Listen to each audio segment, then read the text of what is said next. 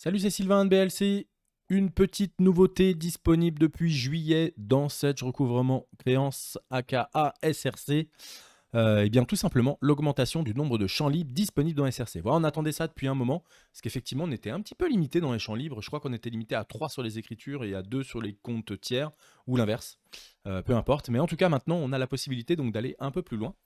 On peut aller jusqu'à 10 informations libres. Donc dans le menu configurer ici, vous allez retrouver un nouveau module, une nouvelle commande ici qui va s'appeler gestion des champs libres.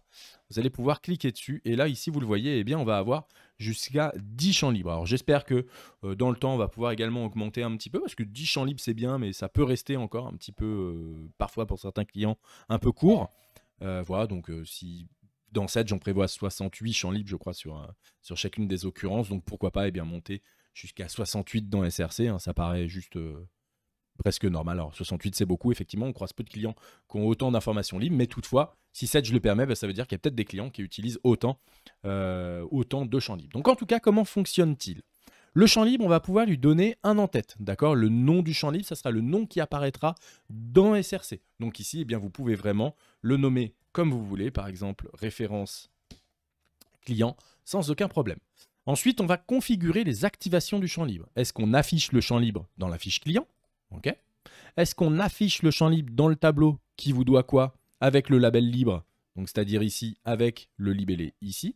Est-ce qu'on affiche le filtre de recherche du champ libre dans le module qui vous doit quoi? Est-ce qu'on affiche le filtre de recherche du champ libre dans le suivre par échéance? Et enfin, est-ce qu'on affiche le filtre de recherche du champ libre dans agir par critère? Et enfin, bien sûr, là on a juste configuré un champ libre, on ne lui a pas dit ce qui ça allait être dans Sedge. On va retrouver les configurations de synchro directement ici quand on va activer la remontée du champ libre. Alors c'est assez simple, on va pouvoir utiliser une table. Donc on va retrouver ici les différentes tables de Sedge, hein. Alors pour les utilisateurs, c'est peut-être pas très clair justement cette partie-là, mais toutefois c'est assez simple. F compte T, donc ce sont les comptes tiers. F écriture C, ce sont les écritures comptables. F compte G, ce sont les comptes généraux. F règlement T, ce sont les règlements tiers. P règlement, c'est la table des règlements. Simplement savoir qu'est-ce qui existe. Et F banque T, ce sont les banques des tiers. Voilà. Donc on va prendre par exemple, je ne sais pas, F écriture C.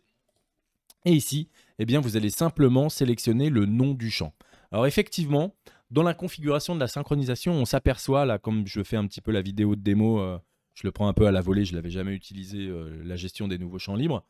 Mais bon, il faut quand même bien connaître la base de données Sedge parce qu'effectivement, le nom du champ, alors le nom du champ libre, c'est assez simple, c'est le nom que vous lui donnez dans Sedge. Mais toutefois, on voit qu'ici, on peut utiliser n'importe quel champ dans la table F écriture C. Et la table F écriture C, bah, voilà, elle est assez normée, hein, c'est la base de données Sedge véritablement. Donc il y a de la documentation autour de cette base de données. Mais toutefois, voilà, si vous voulez remonter un champ, le plus simple, c'est de demander à votre intégrateur Sedge de vous le paramétrer. Alors pourquoi pas à Sedge si vous êtes directement chez Sedge, même si je doute qu'il vous le fasse. Ou bien tout simplement de rejoindre notre communauté sur Discord et on vous renseignera évidemment sans aucun souci de savoir le nom du champ que vous devez remonter dans votre table. Mais ici donc on va mettre notre nom du champ. Donc par exemple, je sais pas, on va mettre test. Alors je doute avoir un champ qui s'appelle test dans ma base. On va enregistrer ici notre champ. Le champ libre numéro 1 référence a été mis à jour avec succès. Donc normalement maintenant, puisque je l'affiche dans la fiche client, puisque je l'affiche dans le qui vous doit quoi. Alors peut-être qu'il faut faire une synchro dans une synchro derrière, mais dans le qui vous doit quoi. Alors est-ce que je vais le retrouver ici directement? Référence client, c'est comme ça que je l'ai appelé, je me souviens pas. Configurer. Gestion des champs libres. Oui, je l'ai appelé référence client, vous voyez. Et effectivement, dans suivre le qui vous doit quoi, on va retrouver notre référence client directement ici.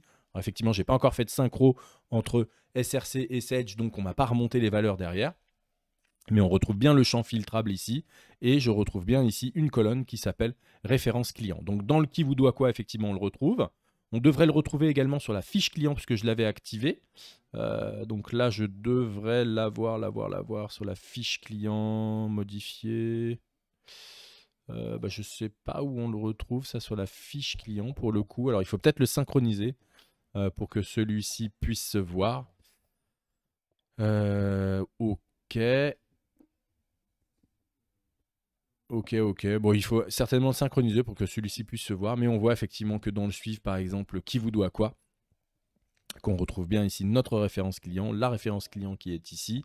On va également pouvoir le suivre.